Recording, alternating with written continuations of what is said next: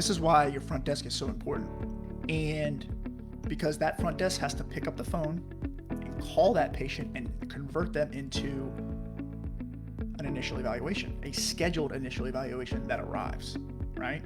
And the only way that we can ensure that that happens is through the language that we use on that phone call. There is no other component, right?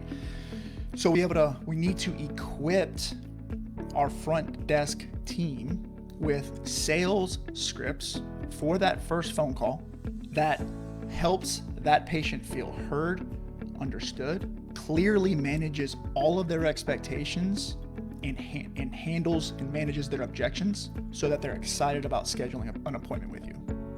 Are you tired of that sinking feeling when a new patient cancels on you last minute? Every missed initial evaluation isn't just an empty slot. It's lost revenue and stalled growth. So in this episode, I'm going to break down a simple 3-step framework to turn every referral into a patient who shows up, pays, and stays. And trust me, step 3 is the real game changer. So stick around to the end so you don't miss out. Today, we're going to talk about how to ensure that your patients arrive, pay, and stay. And then maybe there's another component after that, which is tell the whole world about how amazing you are, right? Arrive, pay, stay, tell the whole world about your place, about how amazing you are, about the impact that you made in the lives of them. April says she's busy too. All right. So what we want to do is avoid no-shows, cancellations, empty schedules, because everyone wins when the patient shows up. Everyone. When the patients show up, they get better. They get the results that they need. When the patient shows up, your clinicians, your team gets to fulfill their purpose. They get to help, they get to empower the patient. So the team wins. When the patient shows up, the business wins as well. The community wins, the profession wins. Everybody wins when the patient shows up. All right. So what we want to do is try to create this picture of all of your new patients who are scheduled are showing up for their initial evaluation. How many of you have, you'll go into the day or you'll look at tomorrow's schedule and you'll be like, wow, I got like 3 or 4 new patients coming in tomorrow. Heck yeah. Amazing. You get to sleep at night. You get to say, kids, we're going to be able to go out to eat this weekend, right? Then the next day you get there and they don't show up. Those evals don't show up. They kind of drop off the schedule. Huge pain in the butt. Huge impact to your ability to serve patients. Also your ability to generate revenue in the clinic. So we want to create an environment in which every new patient arrives for their evaluation on time, fully prepared, with their credit card in hand, right? They stay for their entire plan of care, and then once they leave, they tell the entire world about how amazing you are. Your team operates like a well-oiled machine. They have clear protocols and accountability that ensures maximum patient retention and profitability, right? For those of you who don't know me, my name is 𝗳𝗏𝗄𝗏. I'm a physical therapist. I opened my practice in 2019. The strategy was work hard, harder than anybody else, work as many hours as you needed, and treat my patients better than anybody else would. And that strategy worked for a little while until the business grew to a small team of about 3 or 4. And what I started to recognize was that the business was demanding something a little different from me, but I didn't know what. And so my strategy was just work harder, just do what I'm doing, but do more of it. And I thought I was going to be able to dig myself out of a hole, but instead I had to learn the hard way that I was actually digging myself into a hole. And it wasn't until I hit rock bottom that I actually hired a coach and my life transformed. I since have completely stepped out of treatment, built a leadership team. I've opened 2 more clinics. I have 3 clinics. We have about 40 or 50 people on our team. And I have a leadership team in place that runs the business for me. And now I get to help you guys win the game of private practice. That's kind of what I'm passionate about now. Cool? All right, let's get to the good stuff. I'm going to give you 3 steps with maybe a 4th. 3 steps. We're doing good. 3 steps to doing this with a fringe 4th step. Get your pens out. Is faxed to your office. That's step 1, right? whether it's an e-fax or some type of printed referral. I have a referral in my hand. I want to transition this piece of paper into a new patient that arrives on time. And there's one person in your business who has the power to make it happen. Your front desk. This is why your front desk is so important. And because that front desk has to pick up the phone and call that patient and convert them into a scheduled initial evaluation that arrives, right? And the only way that we can ensure that that happens is through the language that we use on that phone call. There is no other component, right?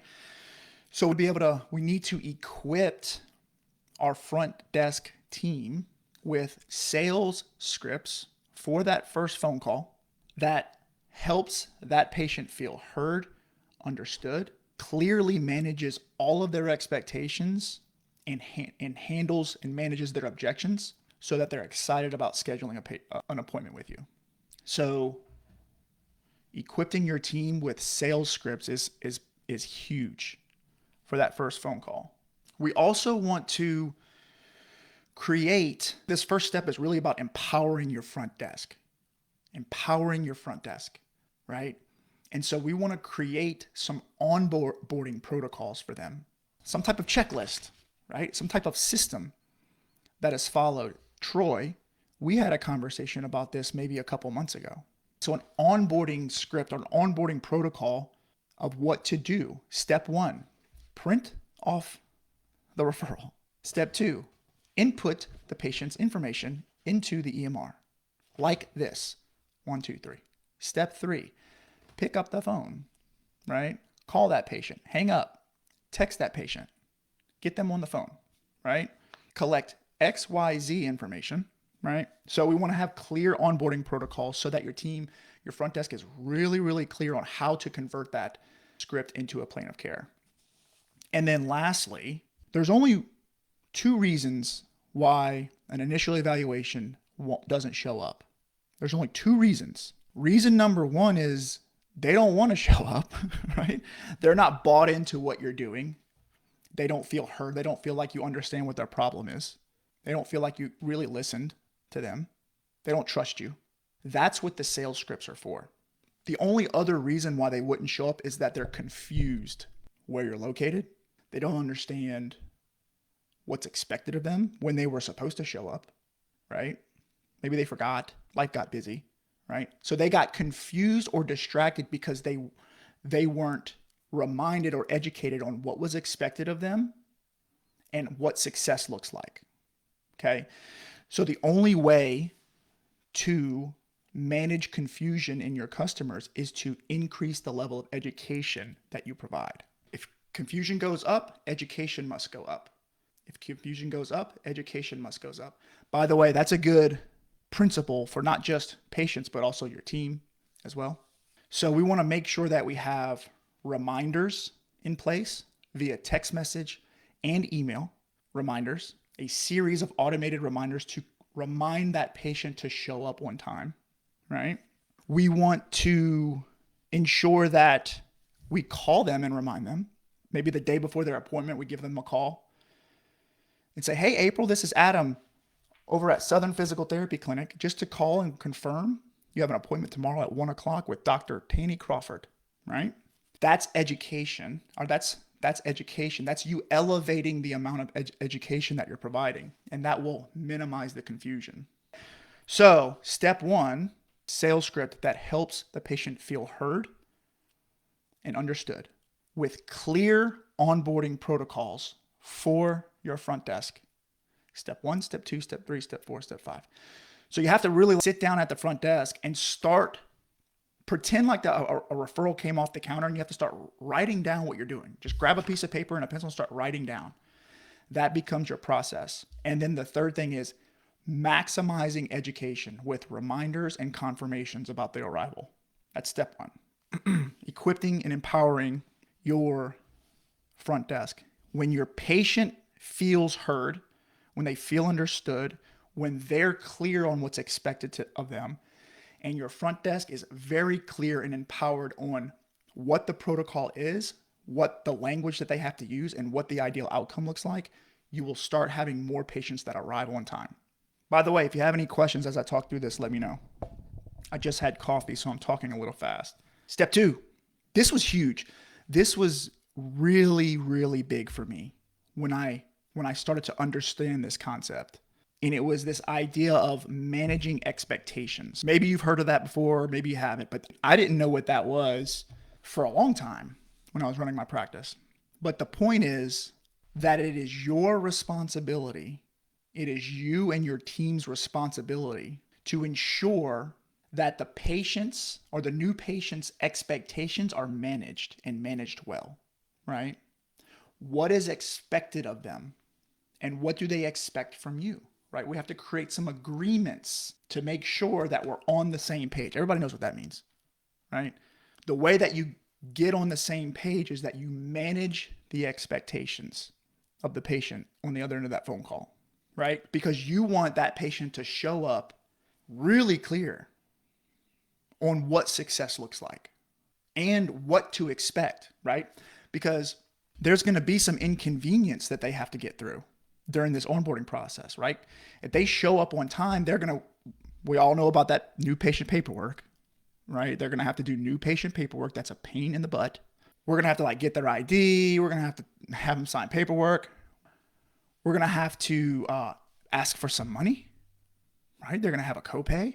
Those are all hoops that we're asking them to jump through just so we can get back to see the therapist, right? And here's the thing that I learned, and it's that patients and people they are okay with inconvenience. Inconvenience is okay as long as they're given a heads up. The only time it becomes a problem is if it's unexpected, right? So if they think they're coming to therapy and they're just going to show up and get treatment, and then you say, oh, by the way, you owe me $100 before we get started, you are a jerk, right? In their eyes, you're like, wait, what do you mean? Why didn't you tell me that on the phone call?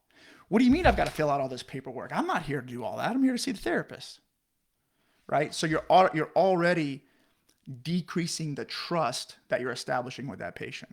So this is huge. So when you're put yourself in the patient's brain for a second, when they show up, how do you want them to feel, right?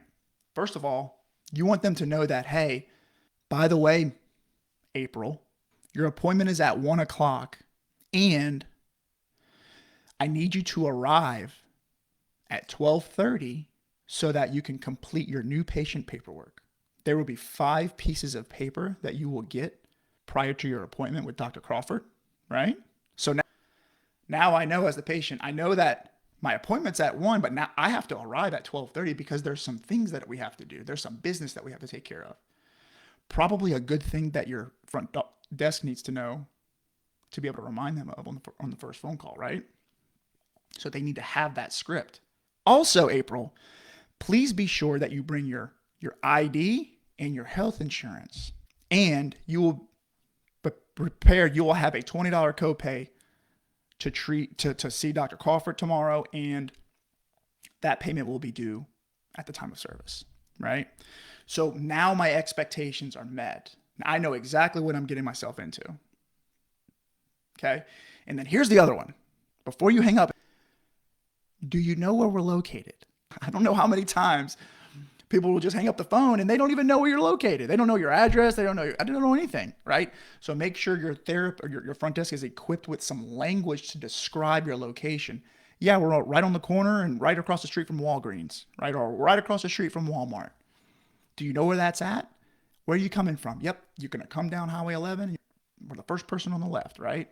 So they know where we are. They know what time I need to arrive. They know the money that they're going to have to pay. They know what to bring with them. They know the doctor that they're seeing. Trust is through the roof, right? So step 2 is managing the expectations of that patient. That will ensure so much trust, right? Because when they show up for that intake process to see your front desk person and they say, April, welcome to Southern Physical Therapy Clinic. I am so glad to see you today. Dr. Crawford's expecting you. Here is the 5 pieces of paperwork that I told you about on the phone call. How would you like to pay your copay today? Wow. These guys are girls. they've got it going on. They told me 5 pieces of paperwork, and look at that. 1, 2, 3, 4, 5. Wow, that's exactly what they said. I trust them a lot because they know exactly what they're doing. And the only way that we can create that type of experience for your front desk or for your patients is by being intentional about it. We have to be concerned about what their experience is and not through their eyes, not through our eyes. That is the thing that will enroll them into their plan of care. Okay. So step 1 is the sales script, equipping your team. Step 2 is managing the expectations of your new patients. They will arrive on time. Step 3, and we've already talked about this some, but once they get through that onboarding process, it's time to see Dr. Tanny, the physical therapist, the occupational therapist, the speech therapist, the mental health practitioner, the clinician. It's the sales process. It's the enrollment meeting. It's the opportunity for you to really understand like what their problems are, what their goals are, what their limitations are, and to be able to articulate like, I understand that, and this is what it looks like to work with us. This is what it looks like for us to be able to help you get that, right? So we have to train your providers how to sell the plan of care. All the agreements are made on that first phone call: when to arrive, what to expect when you get here, what to bring. All those agreements are for the arrival are made on that first phone call. All the agreements for the plan are made during that initial evaluation, right? So if you let that patient leave the initial evaluation and expectations are not established or managed, you are setting yourself up for a patient who's going to be non-compliant and who's not going to be able to complete their plan of care. You're not going to be able to serve them. You're not going to be able to help them, right? So we need to train our providers on how to do that. So they need to have scripts in place. They need to understand the language to help patients feel heard, understood, validated, to make sure that they understand how to get really clear on what the patient's goals are and what they really want to do, what their limitations are, and to position their service as a solution to help them, right? So we need to train our providers to do that. A lot of you, if you're the owner, you're probably doing a lot of that naturally. And so what you could do, you could start recording your initial evaluations and start creating some scripting. Not that you have to like say the same thing every single time, but a framework that can be used to help create a consistent experience for your patients. And here's the thing, all of this, if you do this well, if you have a great phone call that really helps the patient feel validated, expectations are managed, they show up, your plan of care just serves the heck out of them in that evaluation room. You are going to elevate your trust level to the max, right? And the tools to do that well is leadership and language, right? You have to be a leader and lead your team well and equip them with the language that they can use to find inspiration so that they can provide that type of experience for your patients. So in order to do all of that, you'll want to role play these conversations. Role play these conversations with yourself, role play these conversations with your team, and practice. Because it's really all about showing up as a powerful leader for those patients. And that takes practice. That's a skill that's cultivated. And you can practice on your patients, but I wouldn't recommend it. I would recommend practicing with your team so that you can give a lot of value with your patients. The fringe fourth step is to measure these things with statistics. Measure these things with statistics. So we're all familiar with measuring arrival rate or cancellation rate. I like to use arrival rate. But there's really only one person responsible for new patient arrival rate, right? So like if you have 10 scheduled evaluations this week and only 8 show up, that's an 80% new patient arrival rate. And that statistic is directly correlated by the type of experience that your front desk is providing on the first phone call. So if you could start measuring that stat regularly, and you could have help your front desk understand what that stat means and have it reported to you and start working with them to improve upon it, you'll start to see that number rise and you'll start to make a bigger impact for your patients. Okay. So new patient arrival rate is 1. The percentage of completed plans of care, meaning the percentage of patients who actually show up for all of their appointments and discharge as expected. That is going to be a statistic that measures the type of experience you're providing for your customers, from front desk to establishing the plan of care to helping them remain accountable throughout their plan of care. And then conversion rates from, phone, from script to scheduled patient, conversion rates from new patient to scheduled plan of care. All of those metrics are telling you how well your team is performing during those patient touch points. So there's the 3 steps with a fringe fourth. This recording will be placed in the live training sheet that you guys will see. Keep your eyes on the group. You'll see that. Comment below what your big 1 or 2 takeaways was from this training, or any other additional questions that you have. I'm happy to go back and forth with you guys. If you want more information about how to do this, shoot me a DM. I'll actually drop my link to send me a message below. I'll tell you how we help deploy this type of framework and practices to help others win. You guys are amazing and inspiring, and I love you. Talk soon. Hey, thanks for joining the video today. I hope you got some value. I hope you found some things that you can take and level up your practice. If you enjoyed this video, I'd love an opportunity for you to just click the thumbs up and subscribe. In addition, if you want to join our online community, it's completely free.